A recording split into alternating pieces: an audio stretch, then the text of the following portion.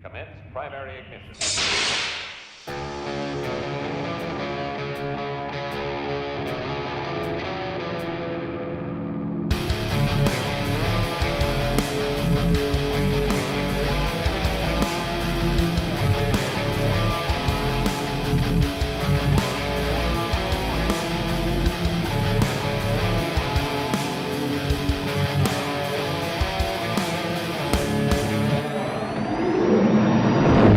What is up, all of you Ugnaughts and Jawas out there, and welcome back to yet again another episode of Mando Talk. I'm your host, as always, Caleb Keller, and joining me yet again with a beautiful, gorgeous Star Wars tee on, repping it. I can't tell, is that Din Djarin DJ Foster? He's back. It's actually got like 4 different Mandalorians on it. This one is definitely Din Djarin. Hey, okay. I'll stand up. Stand up. Do it. There he is. I think that's Bo-Katan. Think so. Yeah. And then you got Random Mando and Random Mando. Like, I don't know who they are. I don't think either one is Boba Fett. No, it didn't look like it. Did not look like it. This one right here might be Boba Fett. I don't know. I doubt it. But yes, it's so stupid. This is truly dumb. I bought this shirt like a month and a half ago, and I was like, I gotta wear this on the pod. Mm-hmm. And like, as time has gone on, I keep wearing it earlier in the week. So like, it's obviously dirty, you know, so I don't want to, wear it on that. I know y'all don't know. I'm not in the same room as Caleb, obviously. Certainly wouldn't know, nor would I care. I don't think anybody really would, but I do. It's just like, it's one of those, I just don't want to wear a nasty shirt I wore all day. And sure. So I saved it. I left it on the hanger. This one is a hanging shirt, by the way. Left it on the hanger and got it out today. And I was like, okay, well, I'll wear this. It looks great. And you know what else looks great is RFB and Rafa in the chat. What's up, guys? Glad that you could make it. And anybody else that's eventually going to tumble their way into the live stream, we greatly appreciate you checking us out. And by the way, if you're on our podcast platform, if you haven't done so already, if you haven't heard, we are rapidly approaching Obi-Wan Kenobi. And we said that we were going to try to get 200 subs by the time that thing premieres. And we're now officially less than a month away. And we are currently sitting at, 31 subscribers away. We are 31 away. Anyone and everyone, if you haven't done so, make sure you subscribe to our YouTube channel. We would greatly appreciate it. And it would really go a long, long way. Now, I told DJ we were actually going to open up the show with a question that I've just been thinking about this afternoon. I don't know why. It just popped up, and then it's just like, okay, well, we're doing a Star Wars podcast. What a perfect place to just ask this question. So we will get to our news pieces and our discussions, whatever. But here's the question. Which Jedi is most likely to make a first live action appearance? Okay, let me rephrase this question. Which Jedi is going to make a live appearance first? A live action appearance first? Is it Cal Kestis or Kanan? Which one do you think would make a live action appearance first? Now, I'll go ahead and give my answer. Please. I've honestly been debating it internally because so far Lucasfilm has been very hardcore in making connections to Rebels. So there's your Kanan argument. But then also you have this perfect actor and performer that is perfectly portrayed, Cal Kestis. They did all that, whatever you call it, motion capture. I don't know what you call it. It's motion capture, mocap. They have that actor that could easily just come into a show and seamlessly make that connection. And so there's your argument for Cal. I think I'm leaning toward Cal because of that, because they already got the performer for it. But again, because of those Rebels connections, I could easily see Kanan make an appearance soon. What do you think, DJ? Well, you said something, and that kind of made me wonder, okay, where is Cal Kestis' story in the overall timeline? Mm-hmm. Okay, I'm diving too deep too quick. Let me back up. I don't think... I know that we're not really seeing a whole lot of this, I think, going forward, where actors who were voicing characters on the animated series are going to jump to live action. We've seen that to this point, I think, only with, Bo-Katan and Katie Sackhoff. Yeah, you're right. I think you're right. Yes. Well, I don't know if what Saw Gerrera. I can't think of the guy's name off the top of my head. Forrest Whitaker. Forrest Whitaker. Thank you. That's a good. I don't think know he if Forrest voiced. Whitaker voiced him. I don't think so. I don't think so. I don't think he would either, because that's a big name to That come is. in and do. Like, I understand Liam Neeson as Qui-Gon in Clone Wars, but I don't think this. I already forgot his name again. Now, dang it! I keep wanting to say Lawrence Fishburne, and that's not the right guy. Forrest Whitaker. I just, he's a big name. I don't see them, doing that with him. So, I guess that's kind of a long way of answering. I would prefer Freddie Prinze Jr. to reprise Kanan. That'd be cool at the right proper age. Mm-hmm. I could see a younger Kanan Jarrus appearing in something, but he'd have to be like, because the kid, he's like 14 years old at Order 66. I'm just guessing. Somewhere around there. Early teens. Yeah. And then by the time you get to Rebels, he's like late 20s and maybe early 30s, I mean, he probably, spoiler alert for those of you who've yet to listen to Rebel or watch Rebels, but yeah, I mean, and hey, even Jonathan Hare, our namesake, when it comes to, whenever it comes to our theme music, it's him. But he hasn't seen Rebels yet. But spoiler alert, real quick. So pause it real fast, everybody, or mute it. But when Kanan dies, he's like in his 30s. It's just one of those. I would prefer to see Freddie Prinze Jr. in that role. So it's kind of a long way of answering. I think Cal Kestis will make his live action appearance before Kanan Jarrus. Yeah. Just because Freddie Prinze Jr. is like, he's kind of like a Ashley Eckstein here, and it's synonymous with the character that they voiced, Ahsoka, So I think it makes more sense for Cameron Monaghan to come in as Cal Kestis. That's his name. For some reason, I was blanking on his name this whole time. Look, one of us has to remember something there here. You go.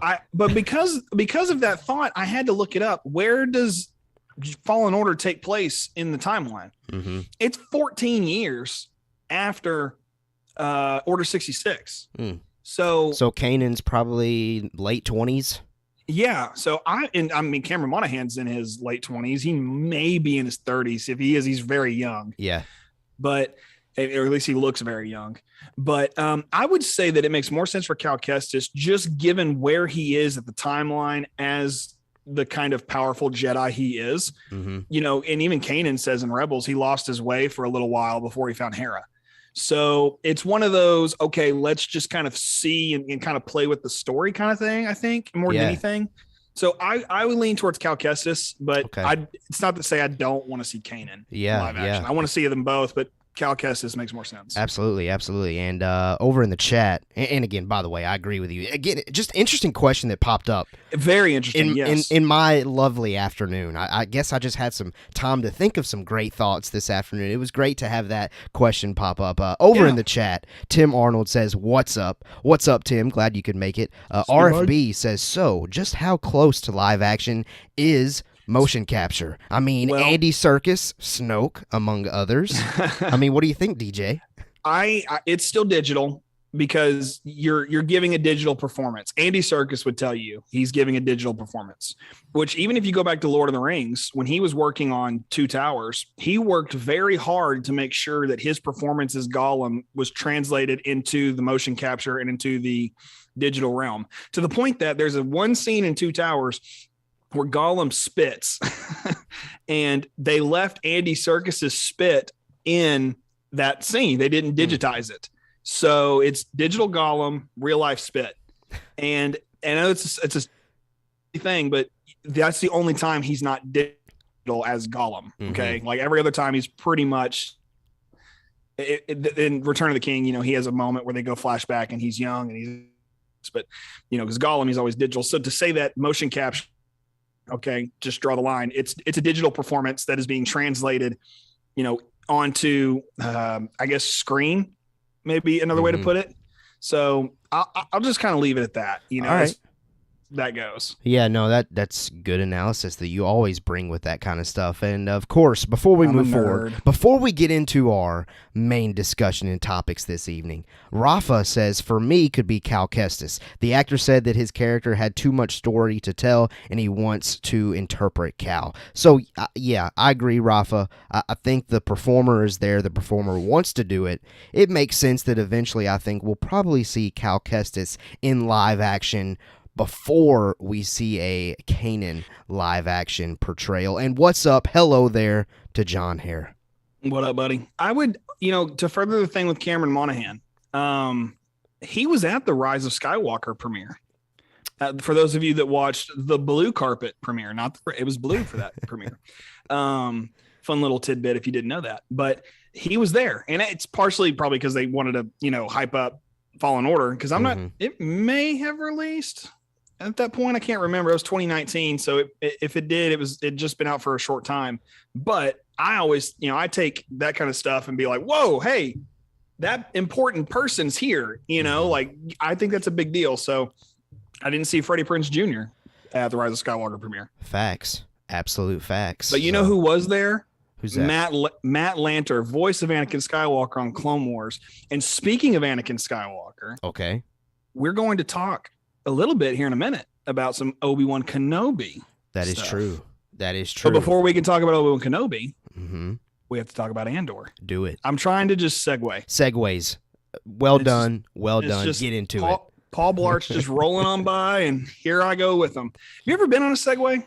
I don't think so. I haven't either. It's kind of on the bucket list of like, let's just try this and see what works, That's why I like Paul Blart. Life goals. It's like, as far as like, I have like 6 different bucket lists. That's on like number 14, It's just like way down the list. Anyway, enough about my bucket list. We'll talk about that another day.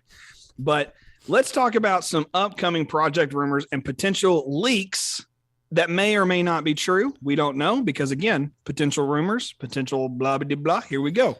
That's the official, how we get into this. So I'm going to start with Andor. Do it. And it's well known here around Mando Talk that I love Cassian Andor.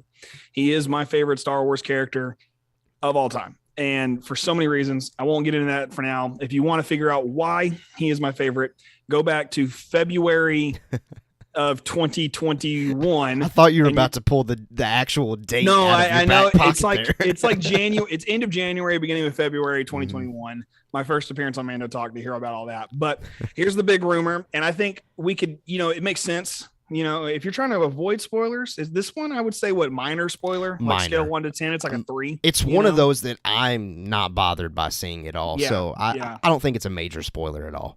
Well, it comes to us via Bespin Bulletin, which comes to them via Star Wars Meg, but Imperial Guards are rumored to show up in Andor.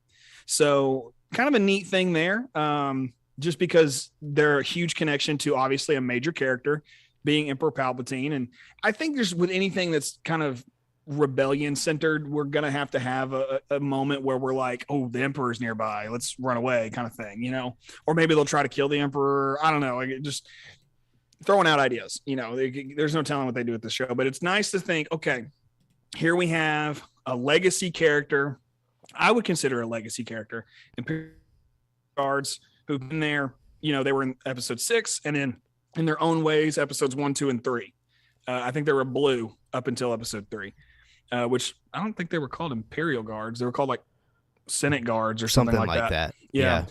But along with that is also rumored Mas Amedda, the vice chair of the Senate in the prequels, will also make an appearance. For those of you who need like a jump start, who's Mas Amedda? He's the guy that's always sitting next to Palpatine in the Senate room, who's like, order! Like he's that guy. Order! So, you shall have order.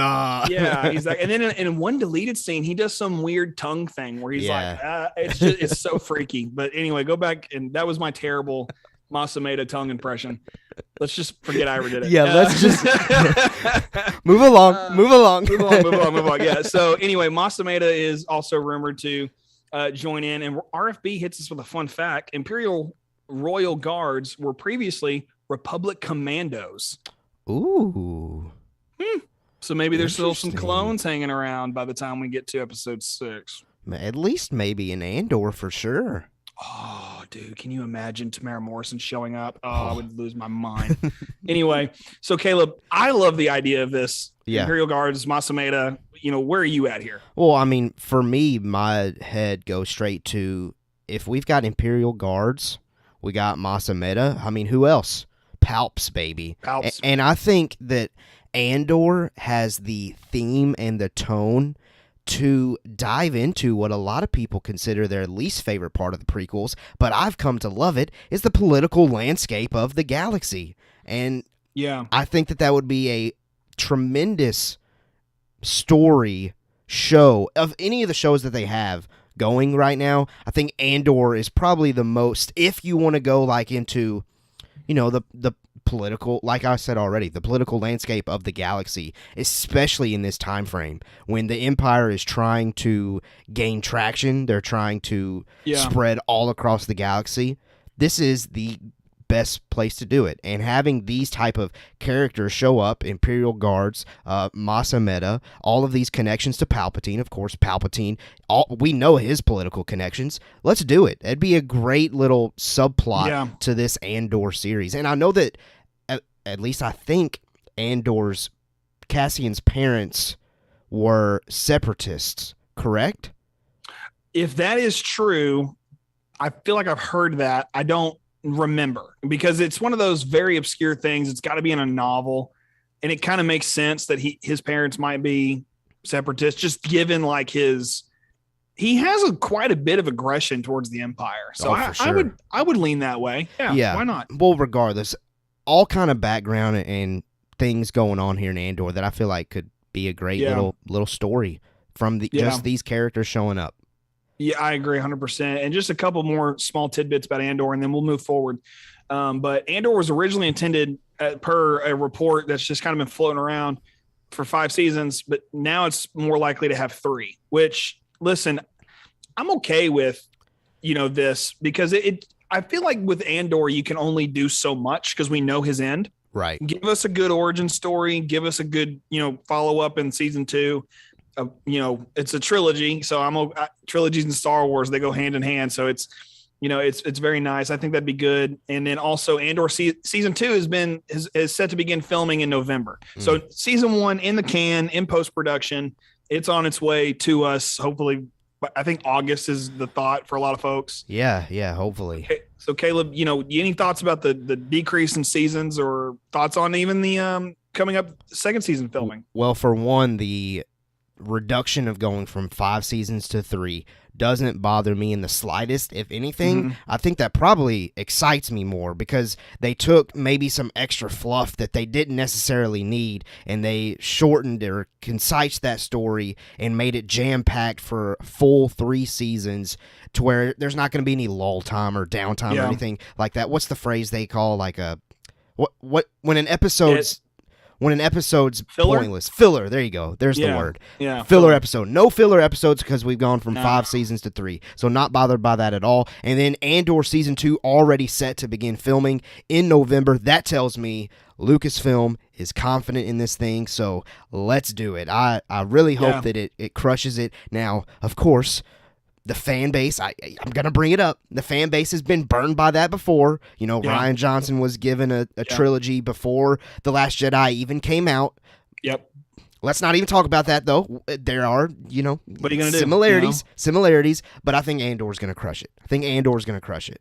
Well, they're putting their eggs in, quite a few baskets here, and so to speak, and Andor being a great, way to look at that, and stuff that already exists and we could tie to is always, I think, a good place to start. Something I think they've learned very well to do. All right, moving on to other things they're putting, other eggs they're putting in their basket. There you go. The Acolytes, who, this is a show we've talked, I feel like, very little about. Because we know very little about it. Exactly, but it's along the lines of, speculation and things we have talked about. I'm very excited for the show, but we got a little bit of bad news. Filming on the series has reportedly been delayed from the beginning of May 2022, later, in just a few weeks, to October of 2022. This comes to us via the Illuminati. So they go on to say that production will reportedly run until May of 2023. So that means A, it's still in pre-production, B, it's been delayed, and C, we won't even hear any more about this probably until like June or July of next year. Stuff that's like solid, that's not a leak. You know what I mean? Yeah. So with all of this kind of, right there at our reach, Caleb, what do you think about, this? I'm not bothered by the delay here. Let's make sure that we're doing things correctly with the Acolyte. Secondly, I guess I'm just going to expect that we don't see this thing until 2024 at the earliest, if production's going until May of 2023. And the other thing I was going to say is I don't expect to get any kind of Acolyte information at this year's celebration then. Maybe like concept art or something, but outside of that, I don't think it's possible to get anything regarding the Acolyte. That's kind of where my head went when I saw this rumor floating out there. I would hope for something like concept art. That'd be in cool. the near future. Like It'd be even like a cool. small sizzle reel would be great.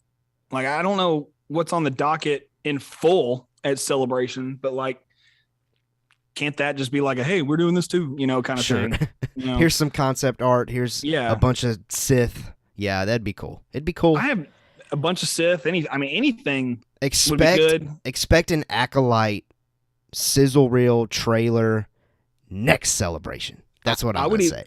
I'd also say D23 because that's an annual thing, and there's going to be shareholder, things that happen throughout the year. I think at the end of the year, actually, they do 2 a year. I think at Disney, so something like that. Yeah. Yeah. So there's more coming for sure. Okay, and then also final little bit of like random. Okay, we got Jedi Fallen Order. Random. Jedi Fallen Order 2, which they need to release a name for this thing. Yeah, they do. Because even today, Bespin Bulletin released something saying that like it's been almost like it's rumored, but it's basically confirmed that Jedi is the name of the franchise, not Fallen Order. Correct. So the name of the next game isn't Fallen Order 2. It's Jedi : something. Insert name here, but it's rumored to be next generation consoles only via Jeff Grubb. Caleb, you're more of a gamer, I feel like, than me. Okay. And you're not even a big gamer, Correct. Like if it says Star Wars, I'm a big gamer. But if it doesn't say Star Wars, okay, cool. I'll check it out if I go hang out with some buddies. But I have to say this: after thinking on this a lot, obviously I don't have a PS5, I don't have the Xbox Series S or X, whatever. I don't have these next gen consoles, so obviously I'm a little bummed by this because PlayStation 4 isn't going to be able to play Fallen Order 2. But taking myself out of it and thinking about it some more, the sequel's probably going to perform way better, look way better, and do maybe more for the gaming industry. I don't think it's going to... I think this decision, if anything, it's going to potentially hurt the Star Wars community, but it's going to only benefit the gaming community, I think. That's a good point. So, yes, a little bummed, but not necessarily bothered by it. I guess I'm just going to have to bother Zach and go hang out with him a lot so I can play Fallen Order 2. I have nothing to add to that. I think you make very good points there, and I 100% agree with you. Okay, well, that kind of wraps up our upcoming project rumors and potential leaks, depending on how you want to view those. Now, let's jump into our main news for the night. Caleb, do you want me? Who talks first? You talk Dude, first. You're doing a great job, honestly. Okay. You keep rolling with it. I'll take it then. I'm getting some compliments. I get compliments. I hate getting compliments. Are you that kind of person? Just don't like getting compliments? Depends on who it's from. Ooh. Now, if it's Maddie, compliment me all you want, baby. Yeah. No, when your wife compliments you, it's just like, yeah. It's like, right. It's a good feeling. But like someone else, it's like, okay, move on. Yeah. That's how I am. All anyway. right. Sure. Yeah, that's kind of what I'm like when people compliment me. Yep. And I'm the same way, in a lot of ways, but I'll take it today. So, because I respect Caleb quite a bit. So anyway, let's get into respectfully. Thank you. So here we go with some Obi-Wan Kenobi news, guys. If you have been under a rock, you've probably missed. There's like 400 things that have come out about Kenobi. It's unreal.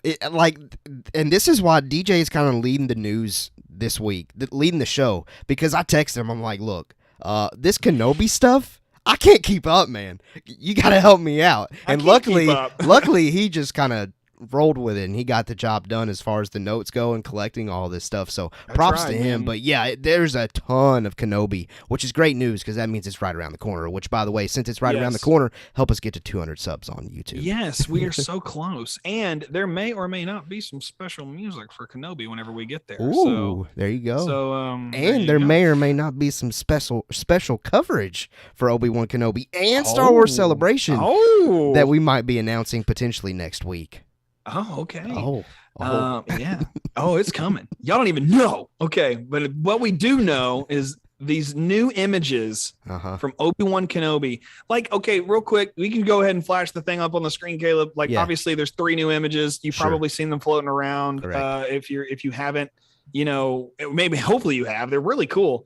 But all of these news articles today pretty much come from Total Film. Like, that's just in case you just want to know. So if we talk about Obi-Wan today, more than likely for our listeners, this came from Total Film. Yep. Okay. This week's episode is definitely unofficially sponsored by Total Film. By Total Film. Absolutely. Yes. 100%. Anyway, so these 3 new images, dude, they're incredible. I mean, you got Ewan McGregor as Obi-Wan Kenobi and 2 of them just doing sneaky Kenobi things. I don't know how else to put it.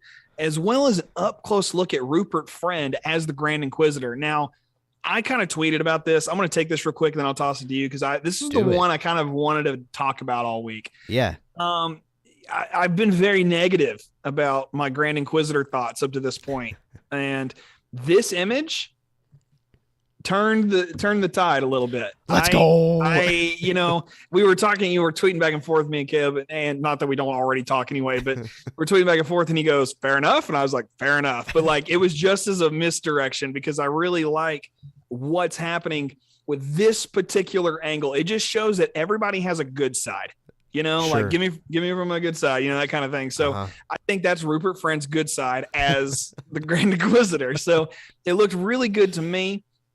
And then you got Kenobi being sneaky, and then Kenobi just like looking kind of like Cal Kestis actually in that in that main image. Those are kind of my thoughts on it. I'll leave it at that. And Caleb, tell us what you think. First of all, the image of Kenobi not wearing tan, very interesting. He's just rocking that kind of blue robe, garment, whatever you want to call it, underneath the little. I don't know the names of these things. But anyway, he looks great. He looks great. Ewan McGregor looks great as Kenobi, and clearly the first image, he's on Tatooine. Now, the second image is this new planet that currently I am blanking on the name. Daiyu. Daiyu, that is correct. Yeah. Very much Blade Runner vibes here. Like Blade Runner 2048, is it 2040? No, 2048. 2049. That's a game. 2049. 2049. That's what it is with Ryan Gosling. Yeah, that's the vibes that I get when I see this image. He looks great. Now, of course, I don't know if you saw this, but online, if you zoom in really close on that second Kenobi picture on that planet, people are speculating that it's Cad Bane behind him. I've seen this speculation. Yeah, it kind of looks like his silhouette. Not gonna lie.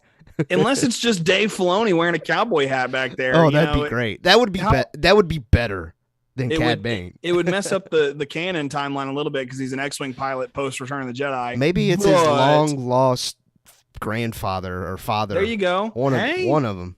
I'll take it. I don't care.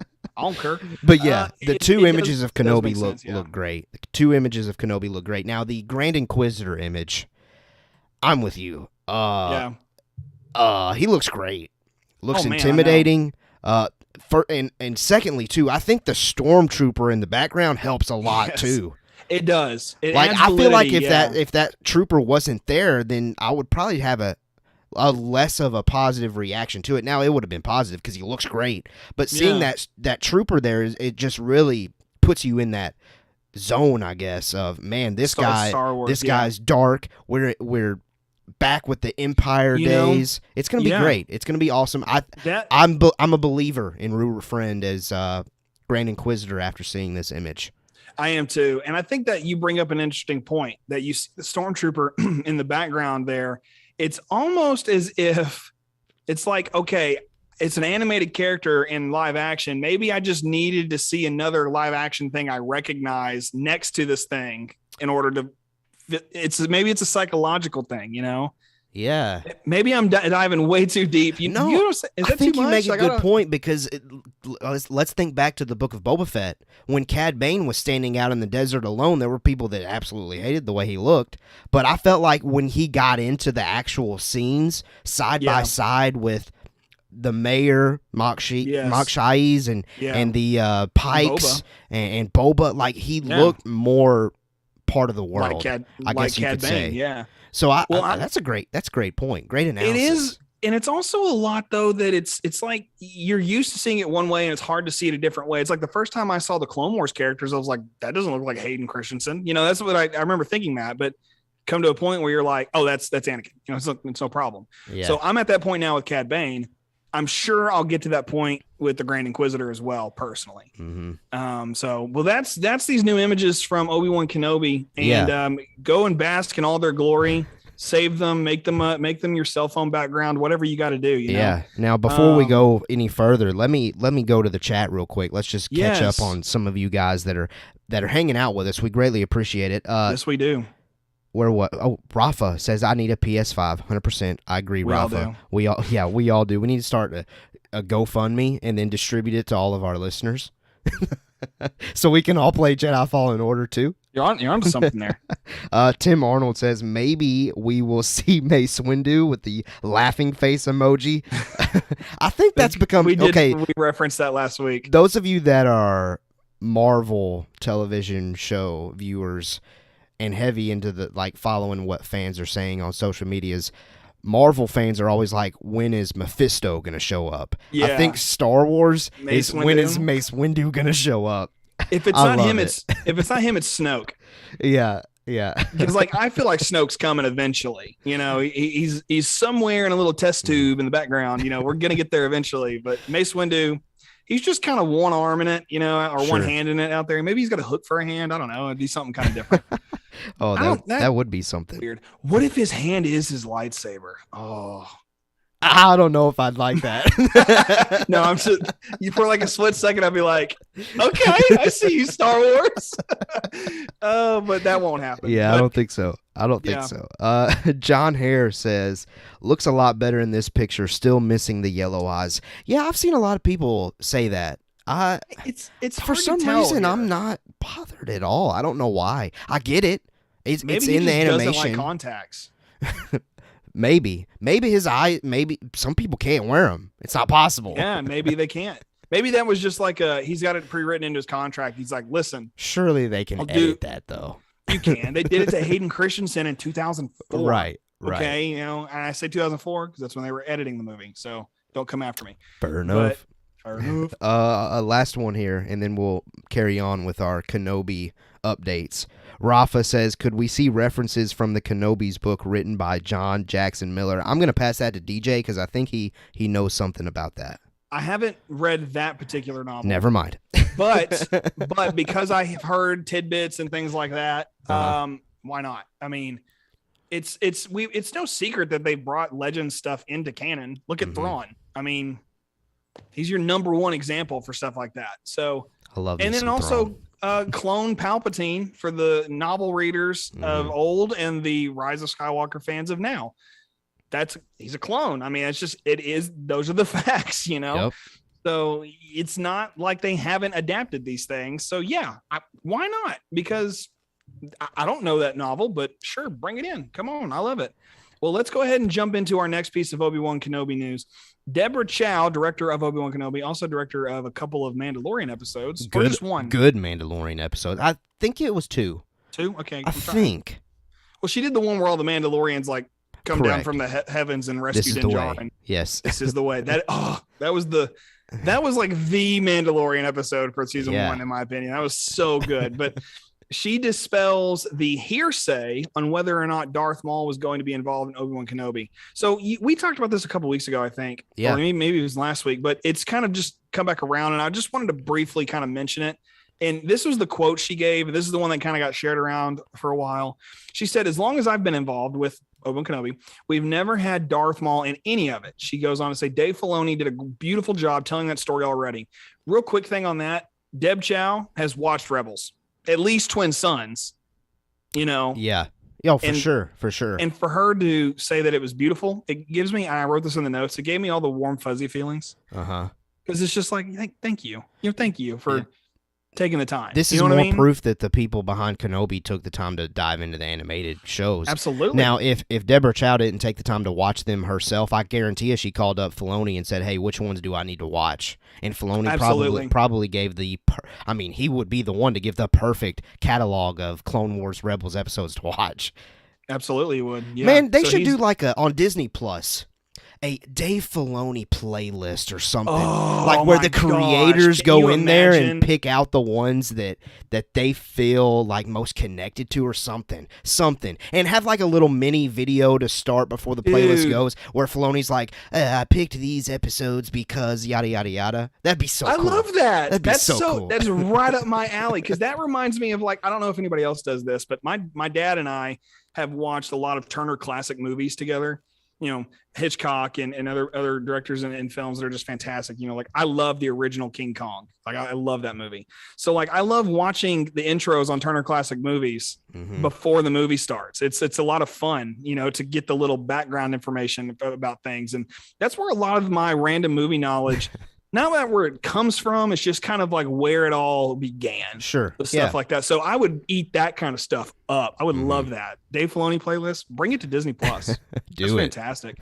Okay, so she actually goes on to say, for anybody trying to tell a story in the middle of these two trilogies, being the prequels and the originals, there were only certain elements that made sense in where Obi-Wan is. Adding that while Maul failed to make the cut, Darth Vader did not, which there's a pun somewhere in there about Maul being cut in half. I don't know where it is, but it makes sense though when you kind of look at the overall story. Maul not as important as Vader, and I think the question I wrote here in our notes is really specifically to Caleb, because I just want to hear what he has to say about it. Do you think the recency of seeing Maul in Rebels and Clone Wars Season 7 has a lot to do with fans wanting to see him return in Kenobi? Man, I think probably Clone Wars Season 7. I would say that probably has some people thinking about Maul. I know it's hard for me to answer this question because I think I mentioned it whenever this Maul report or rumor came out. I really don't have any interest in seeing Maul in Kenobi. I think the Vader plot line that they've decided to roll with, and clearly seemed like they may have given thought to Maul at the very beginning, but Deborah Chow certainly doesn't seem like she gave thought to Maul. That's just kind of where I'm at. I am more so interested in Darth Maul's story in animation rather than coming back live action. But I would say Clone Wars Season 7 probably has people itching. Because again, we know that he went off on another adventure. We never really, we know that he eventually gets to Crimson Dawn, but we still don't have that connection that people are itching to get in some form. I just don't think it would be appropriate to tell that story in Kenobi, of all things. I think that I agree. It would muddy the story up. And if they ever decide to do a Season 2 of Obi-Wan, which I don't think they will, that would be the place to do it. But I don't think that they will. I'm kind of where I'm at.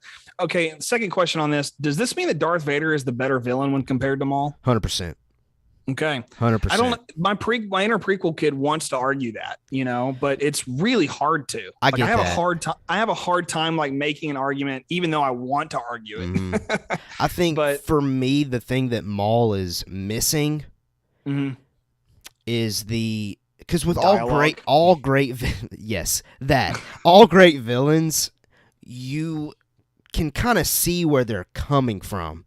Like, you sympathize with them a little bit. Thanos, Darth Vader, Loki originally, when you saw Loki for the first time. Like, you name it. All great villains, you sympathize with a little bit. You get where they came from. We don't really have that with Maul. Of course, we get a little bit of it in Clone Wars, but not enough to put Maul in the same category as Vader. When I think about Loki in the first Thor movie, the first thing that comes to mind is him like looking up, at the camera, and he goes, "Brother, please." It just It's such a simpy moment, and I hate it. It just can't get it out of my head. Okay, let's go to this next piece again from Total Film. You're gonna be on that for a second. I think. I'm gonna be on that for a second. I'm just imagining brother, please. It's just so dumb. episode 2. I could see episode 2 Hayden Christensen looking up to episode 2 Ewan McGregor and saying, "Brother, please," like that. I think Vader's pissed. I don't think he would say that. I don't think he'd be 100%. I don't think he'd be like, brother. He'd be like, and I can't do a Canadian accent because Hayden's Canadian, but whatever. He'd be like, brother. I don't know. I sound too Texan. This is why I can't be an actor. I'd never be able to shed the accent. They'd be like, you sound like you're from Texas. I am. Anyway, let's talk about some people who aren't from Texas, specifically Ewan McGregor. Tennessee. You're killing it. I'm all over the place, man. This is what I get. When you're a youth pastor, you just know how to just you go. There you go. Know? But anyway, Ewan McGregor, his thoughts on facing Darth Vader. It was you guys got to read this whole article. Okay. Mm-hmm. This whole thing, Ewan breaking down his perspective on fighting Darth Vader is immaculate. And man, they're so good about giving us, it's like a breadcrumb on the way to the house where the witch is, and you're Hansel and Gretel. We're all Hansel and Gretel. We're on our way to the witch's house, and it's going to be great, but then it's going to kill us because it's so awesome. It's like, it's this whole thing. And this whole article is fantastic, but here's just a couple of quotes. I have had to edit them due to watch the profanity. There you go. So they won't be exact, but they're pretty close. All right. So here's this. What was that? You got something else on that? No, I was just laughing at myself. Sometimes I'm a funny guy. I think the same thing about myself all the time. No one else does. I mean, yeah, you were pretty hilarious this afternoon when I get a picture of Padme. Oh, yes. Hey, let's do this. Okay. Join our Discord so you can get the behind-the-scenes story of this Jar Jar picture that I just mentioned. That'll be a little inside joke for you to check out on Discord. The link's in the description. Go check out Discord for sure. And as I'm talking, I'm going to drop this in the multitasking. Here we go. All right, so it's in Discord. Go check it out. There you go. You bunch of Ugnaughts and Jawas. Okay, so this is what Ewan had to say about facing Darth Vader. He says, "I've never met Darth Vader." He means in the flesh, suit, the suit. He says, "I had rehearsed the scene with Vader, but not with the helmet or on or anything like that. When we came to do the scene when they shouted action, he had to come from behind me, just a nugget. Just it makes me want to punch someone in the face, but like out of sheer happiness. And I won't punch anybody in the face, but still." So he says he had to come from behind him. And he says, "I turned around and Darth Vader was coming at me. It was like I was 6 again. I'd never acted into Darth Vader's helmet. I never looked him in the eye." Ooh. Keep in mind, Ewan McGregor has gone on record saying that it's very possible his first movie going experience was when he was a kid and saw Star Wars for the first time. Mm-hmm. His uncle is Wedge. Okay. So don't forget that. So this guy went to see his uncle, and then he ended up being in the movie later on. Just wild to think about. So he never got to, act against Vader helmet wise in the prequels. Then he goes on to say, "It gave me a proper jolt of absolute fear. I was like, oh my goodness." And he says, "That's not acting. That's real. I'm really, truly frightened right now." So we're going to see Ewan with real fear, probably, and it's going to be channeled into Obi-Wan Kenobi. That's insane to think about the emotional weight to that.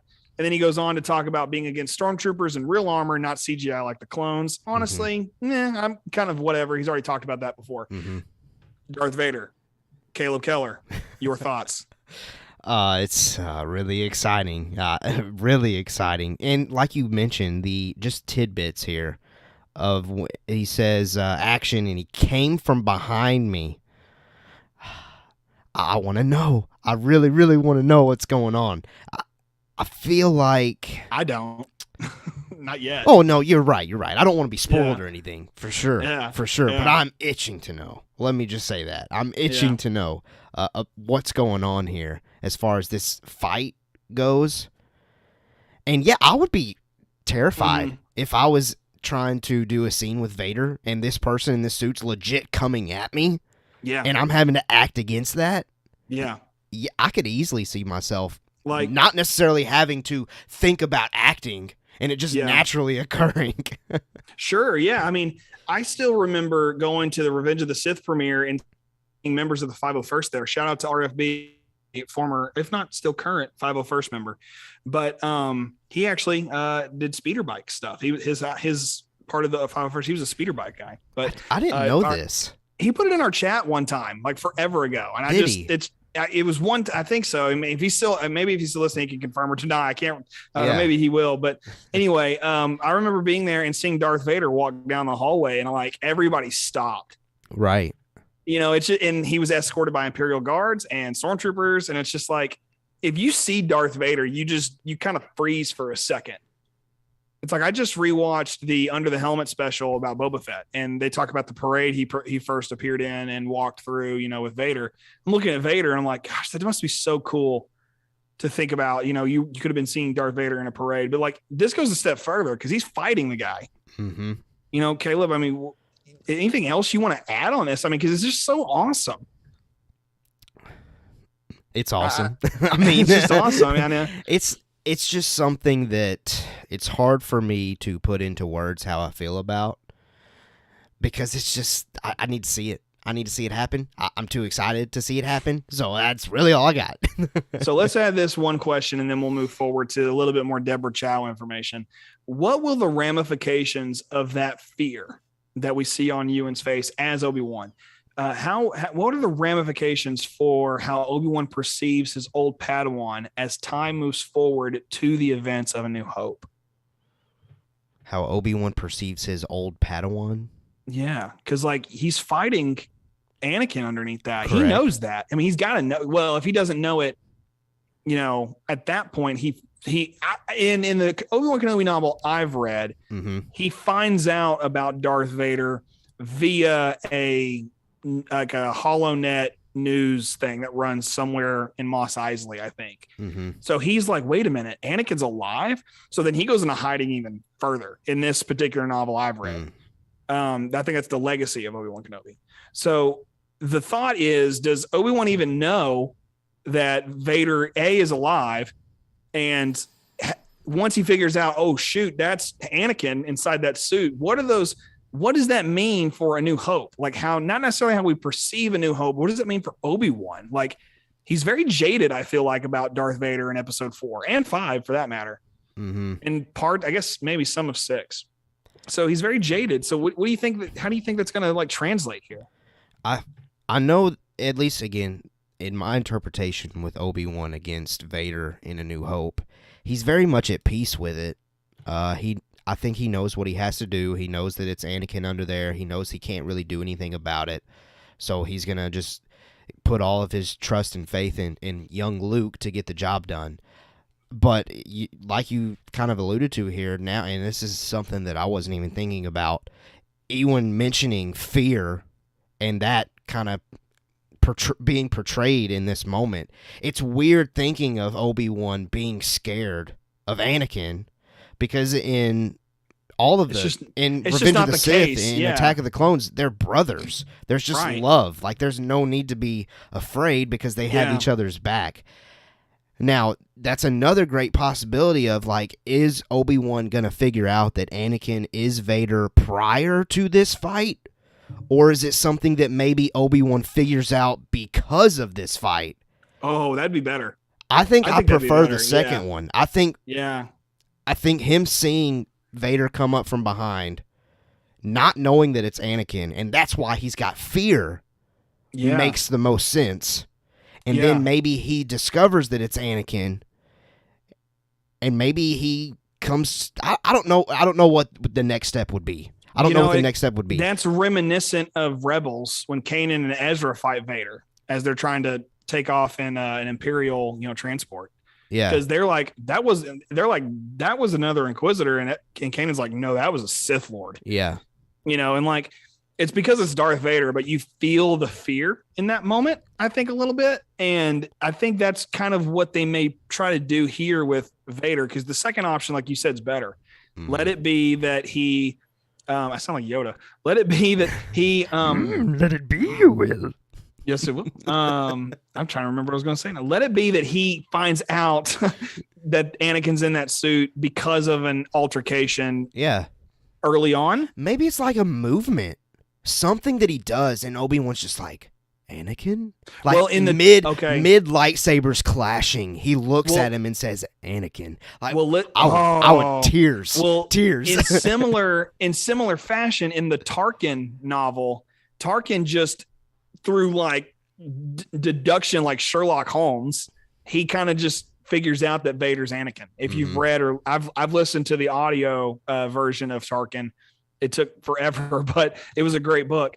And when he figures out, he's like, I have deduced that this is obviously Anakin Skywalker based on blah, blah, blah, blah, blah. You know, it just kind of does that. And so I'm thinking Kenobi, what you just described is like, it's headcanon. It's headcanon until proven otherwise. Right. Until May 27th.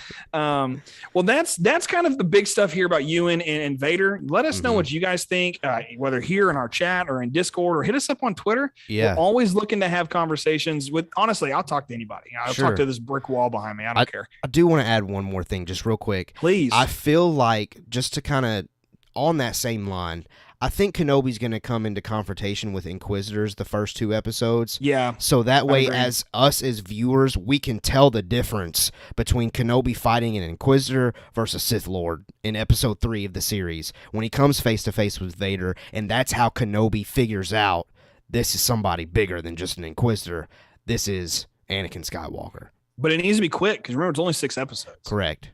That's going to be. They're going to have to handle this very well. Yeah. No, I think we'll still. I think we'll see Vader, and we'll get Hayden as Vader content in 1 and 2. But I don't think Vader comes face to face with Kenobi. You think Vader will be in the first episode? At the end to tease it. Wow, man, I would. Or maybe it's either at the end of the first or at the end of the second. Because Well, okay, hold on. I got to wrap this up real quick because I know we got other things to get to, but. I always thought that Vader was going to be at the end of the first episode to get people hyped up for Kenobi because they were originally just going to release the first episode. Right. But now that they're deciding to release the first 2, I could see then Vader not showing up until the very end of the second episode, and that be the hook to have people come back. Oh my goodness. Yeah, because you want the numbers up for streaming. Right. How do you do that? You get Vader.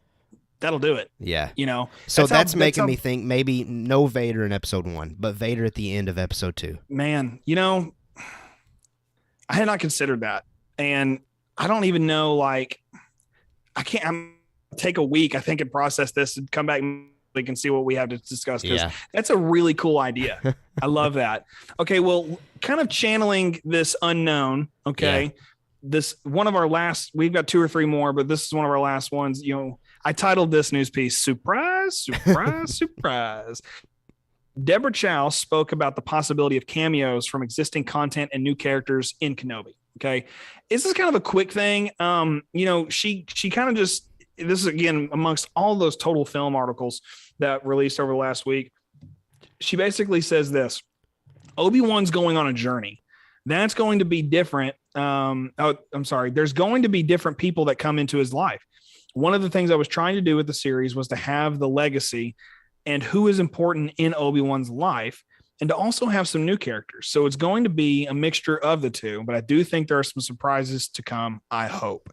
I don't like that she says, I hope, because that you could speculate what that actually means. I think she's just tossing it in there like, I hope, you know, like it's just one of those, you know, she's just being coy, I think there, but she kind of throws these things in there about, you know, cameos, and you put aside stuff like, you know, we know about Rupert Friend being the Grand Inquisitor, you know, Ben and Uncle Owen and Aunt Beru are going to be in there. You know, we know about them.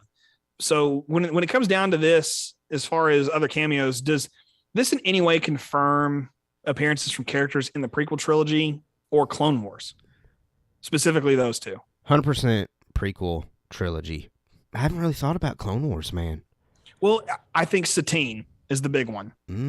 Because, listen, he says, whether he was being for real or not, I would have left the order for you, you know, kind of thing in that early season 1 or 2 episode where they're protecting Duchess Satine, like a diplomatic, you know, convoy or something. And some good Jar Jar Binks content in that episode too.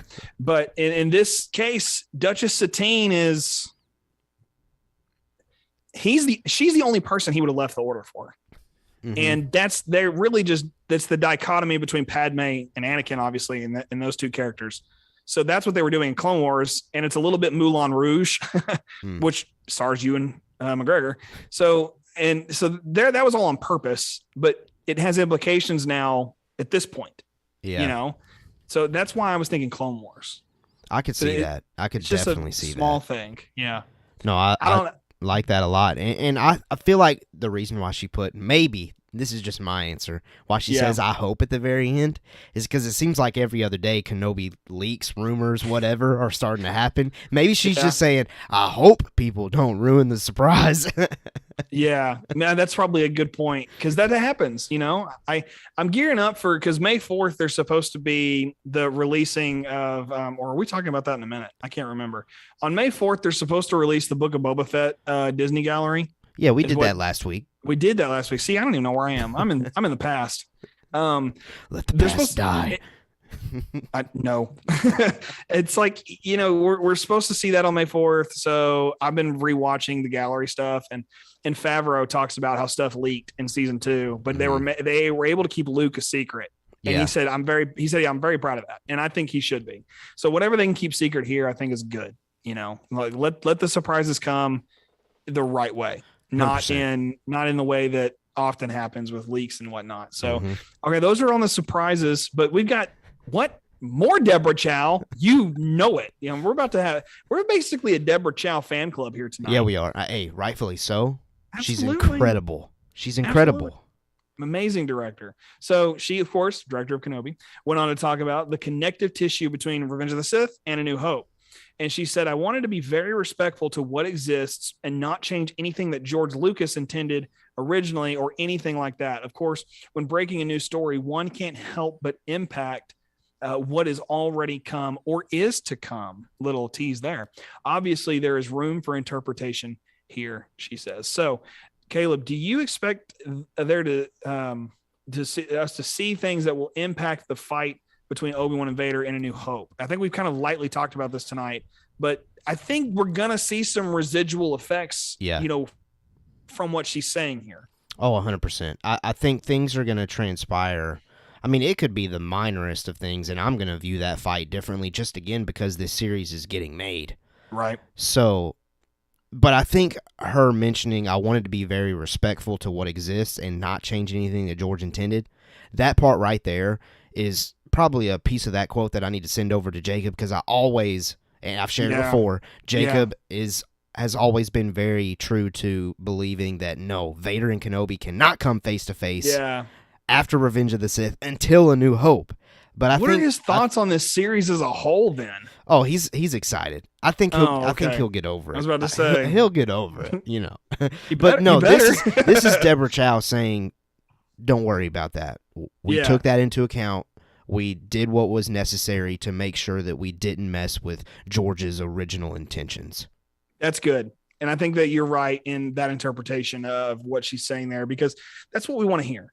And I think people like Jacob, you know, your brother, they want to hear stuff like that. And I think that's a very important thing to remember. Okay, this is our final news piece, but it's still Kenobi, guys. It's still, we probably should have debuted our Kenobi music tonight, but we're going to save it. We're going to save it. Yeah, we are. This comes to us via the chosen one, Hayden Christensen of Canada.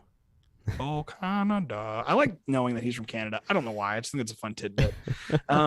Hayden Christensen shared some teases regarding Darth Vader in the series and beyond with Total Film. Total Film. Sponsored. Big time. This is what somebody had the gumption to ask Hayden Christensen if James Earl Jones will voice Darth Vader in the series. Listen, I kind of already thought he was going to. Right. But like, now I'm like, will he even talk? Like, I don't even know, because Hayden says no comment. No, I took this as, yes, James Earl Jones is returning to voice. Can you imagine if all we ever hear is breathing and we never hear Darth Vader talk? Can you imagine how wild that would be? That would be wild. That would be wild. Either that or they have their new Vader voice and they're just waiting to announce who it is. Yeah. But in a series that's been heavy on nostalgia and connections and things like that, you can't not have James Earl Jones. Well, James Earl Jones did Rebels. Right. I mean, the guy did Rogue One. And he just was with Disney a couple years ago, and Jon Favreau, doing Lion King. Mm-hmm. It's not like they could have been like, Jon Favreau could have been like, hey, I'm here as a messenger. Kathy Kennedy wants to have a conversation with you. And then they turn around and say, okay, we're going to, ask you to be Vader or ask you to be Vader again. And he's like, okay. And I think about that clip from the Big Bang Theory TV show where he runs into Sheldon Cooper at like Olive Garden or whatever. Yeah. And he's like, are you a Star Wars fan? Sheldon's like, yeah. And he goes, me too. It's like, has a whole thing about it. And it's such a cool moment. So I don't think James Earl Jones wouldn't come back. I think he would come back. Oh, I think so too. Okay. There was another quote from Hayden, wasn't there? There is one more, yes. Okay. I was waiting to see if you wanted to add anything on that no comment. No, I just think James Earl Jones is going to be voicing. I hope he does. So I don't think he won't, but I hope he does. All right. So this is Hayden's quote about teasing more appearances as Vader. He said, the extent of this journey, I think, remains to be seen. But what a privilege to get to come back and do this and to be a part of this project. He's basically teasing future appearances as Vader. Yeah. Which it's been pretty much confirmed he's going to be in Ahsoka. It's been confirmed, Hayden. But I feel like a lot of people just thought Clone Wars flashbacks with Hayden Christensen coming back as Anakin Skywalker. But why not do a flashback of Vader versus Ahsoka from Rebels? That would be certainly cool. Oh my gosh, in live action? Are you kidding? And then there's like Ezra just chilling in the background. Yeah. Oh my goodness, Caleb, why would that is the coolest idea. And I know I've thought about it, but it's like you reminded me. There you go. That's what I'm here for. I had to let it out. Shout. No, shout. I think this is confirmation that we're not going to be done with Hayden as Vader after Kenobi for sure. I just don't know what that's going to look like, but it certainly points to Ahsoka. Yeah. And speaking of Ahsoka, we left behind some of our friends in the chat who've been kind of keeping up with us. So real quick, we need to just hit these things, and then we'll get into some Star Wars celebration discussion very quickly tonight. Good times, come on. Get us to 200 subs, and Caleb and I will sing that on the show together. Don't commit us to that. Okay, where did we leave off over here in the chat? Okay. John Hare said maybe he knows about Vader, but realizes Anakin when he gets close and senses it with the Kenobi fight, how he figures out Anakin's there. I think that's another great viable option. Tim Arnold says, in all seriousness, Barriss Offee could make an appearance, which that would be fun. She's a fan favorite to return in like anything live action. I think it'd just be kind of neat to see her come into live action that way. RFB says there's a Bespin Bulletin piece on this about Vader's helmet taking a hit. So we actually left that one out. I avoided reading that RFB because I've gotten to the point where I don't necessarily want to read everything regarding Kenobi, especially if it gets kind of spoilery. So so we were aware of it, but we just didn't want to dive into it. We left it alone because Caleb was like, hey, I don't really want to talk about that one. I was like, good, I don't either, because I just didn't want to be the guy who was like, no, I guess we won't talk about it. I want to be that guy. But yeah, you're right. That's out there. If you want to go read about it, cool. Just do not drop that to me anywhere at all. Yeah. I don't want to know about that. Rafa then says Vader will appear at the third episode. We need the tension to see Vader, like that desire to see him. I'm with you, but that's something that Rebels season 1 did really well. It ends with Darth Vader and actually began with Darth Vader. Yeah. But by the time you get into season 2, who's the first like bad guy you see? It's basically Vader. I think it's like Tarkin and then Vader or something like that very quickly in the beginning of the second season of Rebels. So I think it'll happen second episode, like Caleb said, at the end, and like for a half a second, like, or maybe just a. That's it. Yeah, just. Yeah. I've been working really hard on that my whole life. My whole life. My whole life has led to this. Just being able to do that inhale is a treat in and of itself. I think I do a pretty good job on that one. Yeah, I will that's good. say, and I'm very happy and pleased with that. But anyway, Solid. Rafa also said he hopes to see Satine, Cody, and Qui-Gon, and maybe Quinlan Vos. Quinlan Vos gets tossed around a lot when we talk about Kenobi. Yeah. And I think it's just because he's a former Padawan of Qui-Gon, and that's kind of the connection there, which would be cool, but I don't necessarily I have to say, I think it would be unnecessary for what Obi-Wan Kenobi the series is trying to do. I wouldn't hate it. I just think it would be unnecessary for the story they're trying to tell. I think I'd hate it. Fair enough. I don't think I'd like that at all. No. What's the situation, Captain? That's not a hot take. It's Quinlan Vos. He has one novel that's canon and one appearance in Clone Wars where he's looking for a hut, and then that hut dies. So like, fair enough. He does fight Cad Bane, which is pretty cool. But I'm sorry. I don't stand, Quinlan Vos. All good. But I do stand Obi-Wan Kenobi. Yes. Played by Ewan McGregor, who will be making his first appearance at Star Wars Celebration Anaheim 2022. There you go. And confirmed. Talk about a segue there, because that is where we're going to next. I'll go ahead and do this one, DJ. I would prefer you lead this one. Yeah, this was the one that I typed out, so it would make sense. It would make sense. Okay. The official Star Wars Celebration 2022 panel schedule has been revealed on StarWars.com.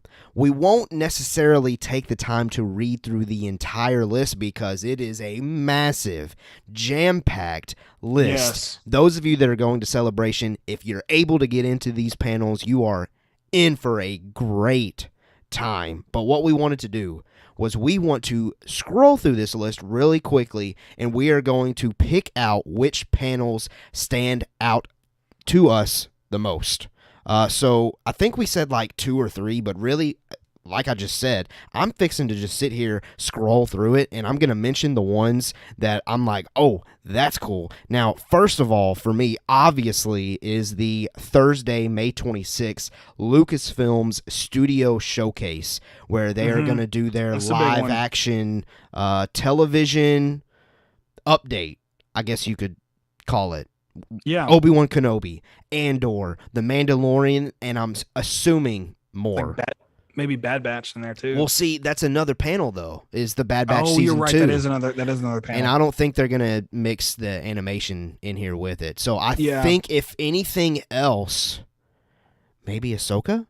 Maybe they could give us an Ahsoka update with this little studio showcase, because that would be after the Mandalorian. That would be the next Mandoverse show. It would be. So there you go. That's the one. That's probably my number one. That's the one that I'm looking forward to the most the entire weekend. Is that Thursday, 11 a.m. to 12:30 p.m. I believe that is Pacific, since it's going to be in Anaheim. It has to be. The Lucasfilm's Studio Showcase. I cannot wait to see what comes of that.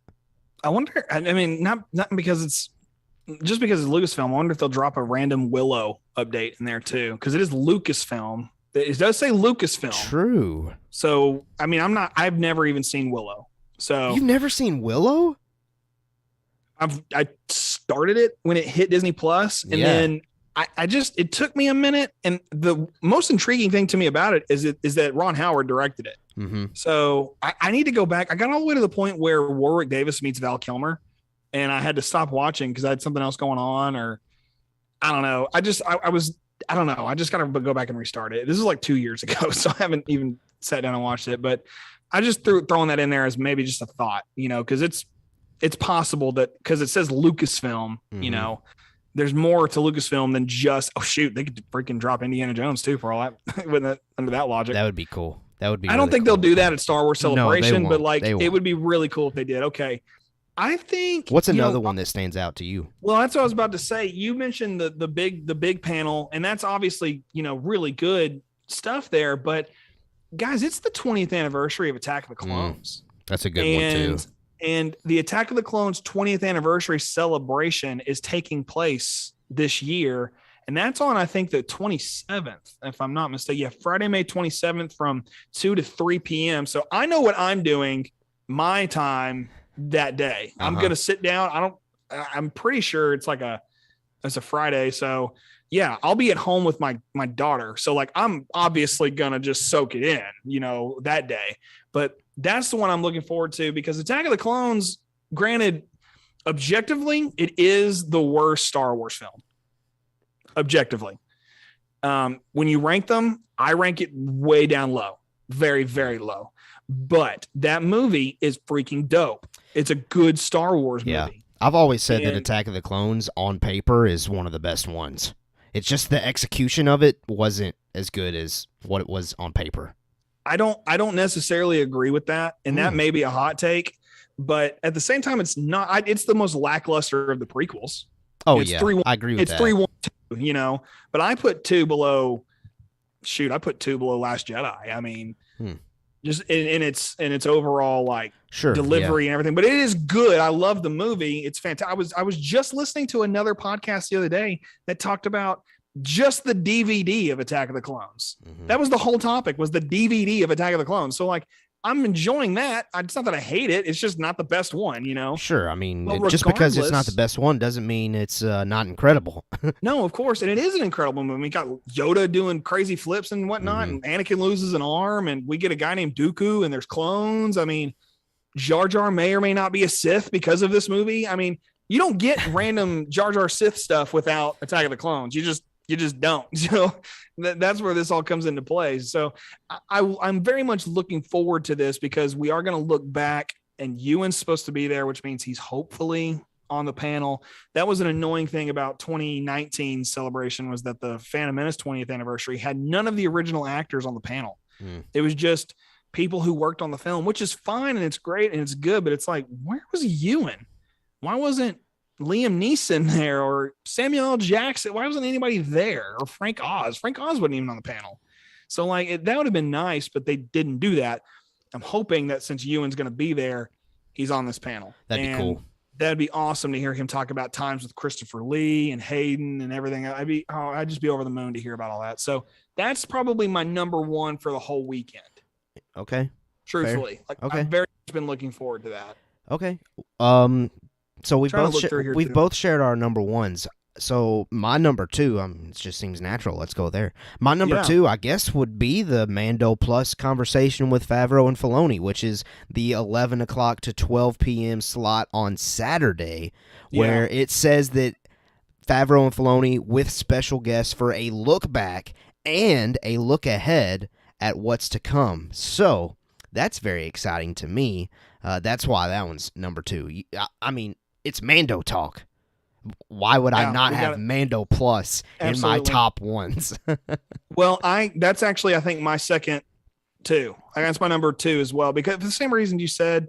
Obviously, we are Mando talk, but not just that though. This is one of those series that's just been so incredible. It brought a lot of people back to Star Wars who left either they didn't want the sequels to begin with, or they left because of the sequels. Mando brought a lot of people back in. Yeah. And now they're making connections that will lead to the sequels, and people, have opinions about that. I think a lot of them are kind of just like, hey, just love it for what it is. Love it for what Star Wars is at this point. But I'd say just as a close second to my second is probably Tales of the Jedi, which... Oh, yes. Glad you mentioned that one. They released some stuff about that like today or yesterday. From this list. Yes. From this list, yeah. So with it being, I'll just say it when we're here, it's an animated anthology series of just short, little thing. I think it's animated, right? Yes, it is. Oh, I just said that. Duh. It's nice to see these little, things. So that means we may get new characters. We may get characters we've seen before. Heck, it may not even be canon. I don't know if it's canon, but it's got special guest Dave Filoni. So Filoni puts his stamp of approval on it. It's worth listening to. I would say it's canon if Filoni's backing it. That's fair. Yeah, I would. Okay. Yeah, fair enough. Why not? It might as well be canon. I mean, it's not Visions, which was fantastic. Yes. And I know we've talked about Visions too, recently. So there's a lot coming, a celebration. And I'm keep scrolling through this list and I keep seeing stuff. so good. I mean, the next one immediately following Mando Plus was behind the scenes of The Mandalorian and the Book of Boba Fett. That's going to be cool. Fantastic. And of course, Tales of the Jedi you just mentioned, but those three are all on Saturday. So Saturday is going to be a really good day. Really good day. Sunday then is the Bad Batch Season 2 from 11 to 12. So that's taking the main block of time as far as the Sunday slot. And then really, as far as Sunday goes, I feel like that's, as far as my interest, that's about it on Sunday, is the Season 2 of the Bad Batch. Well, I'm definitely looking forward to that. But actually, one of the ones I'm really looking forward to is actually behind the scenes, the Creatures of Return of the Jedi on Sunday. Ooh. And it's kind of silly. I mentioned a podcast that I was listening to about the Attack of the Clones DVD. That podcast is called Blast Points. Jason and Gabe are hilarious and they're fantastic, and they know Star Wars better than anybody. I think they know it better than us, to be honest. They're just very good at what they do. In fact, a lot of my Jar Jar and EOP love is because of these guys, so if you guys have been on Mando Talk for a while, you guys know I love the EOP. And I gifted Caleb, I'm bragging a little bit on me, I gifted Caleb a Jar Jar Binks because I knew he needed one. And Facts. Now we have matching Jar Jar Binks, so it's great. But they are going to be talking with, some great, incredible guests and people who worked on Return of the Jedi. One guy being Kirk Thatcher, along with the effects artist Tom Spina from Regal Robot, if you guys have heard of Regal Robot. So you got a lot of really cool names here talking about just stuff that was going on in Return of the Jedi, background stuff. And I love Return of the Jedi. I've got Return of the Jedi concept art right here behind me. I've got Luke and Vader in the throne room, and then the Falcon and Wedge blowing up Death Star 2, down here behind me. So I love Return of the Jedi. It's in my top 5 of Star Wars films, if not my top 3. And I love really looking forward to that one a lot, just because it's different. It's going to be a lot of fun. And it's like the last big thing before the closing ceremony. So it's going to be a lot of fun to watch and listen to that one too. If it's live streamed, I hope it is. Yeah, no, it is. That is confirmed. I was looking at like that. The ones that say live at Celebration Stage, those ones are going to be streamed. Oh, okay. So then I may miss out on that one. Potentially. Oh, no, it's right there. It says live on the Twin Sun stage. Yeah, if it says live, you should be able to stream it somehow. Well, good. We might need to verify that for our listeners at least. Well, regardless, I know that Mando Talk will be, I mean, you have to go to work. And I do too, but like while I'm at work, I'm going to have Celebration pulled up. Oh, yeah, for sure. Checking in on all of this stuff. Yeah. Now, I would hate to not mention this. There is one thing for me that is glaringly missing, and that is a Lucasfilm Games panel. Yes. No, nothing in this list mentions Jedi Fallen Order 2, Knights of the Old Republic remake. Right. None of it. Now, it's possible. There was someone on Twitter earlier today, I wish I had that tweet pulled up so I could give this person a shout out, that said, I think it was Friday morning maybe, that the 11 to 12 slot wasn't listed. So maybe that's like a Lucasfilm Games potential panel there that they're just waiting to announce. Maybe that's just going to be a little surprise that they end up dropping to us. It's either Friday or Saturday where that happens. I think it's got to be Friday because Saturday's Mando Plus. So I think it's Friday from 11 to 12. There's currently not anything listed in the 11 to 12 slot, and it would make sense for Lucasfilm Games to take that. Maybe they're holding off on showing it or announcing that, because if Lucasfilm Games doesn't have any kind of update at Celebration, I'm not going to lie, I'm going to be disappointed. Very disappointed. With everything else we're getting, you're still going to be disappointed? No, not about Celebration as a whole. Oh, okay. Disappointed in the fact that Lucasfilm Games didn't give something. That's fair. I'll give you that. Yeah, that's fair. Just because I'm itching for more Cal Kestis. Well, you bought the saber. I mean, right. I didn't even realize you loved it that much until you said, hey, I got it. I was like, whoa, you really love this game. I had no idea. Because I don't have the gamer vein in me to like do that. I don't like go out of my way to buy game like memorabilia. So I'm very like envious of people who have that like the desire to do that because I just don't possess it. Yeah. And well, it just says really Star cool. Wars. That's the only reason.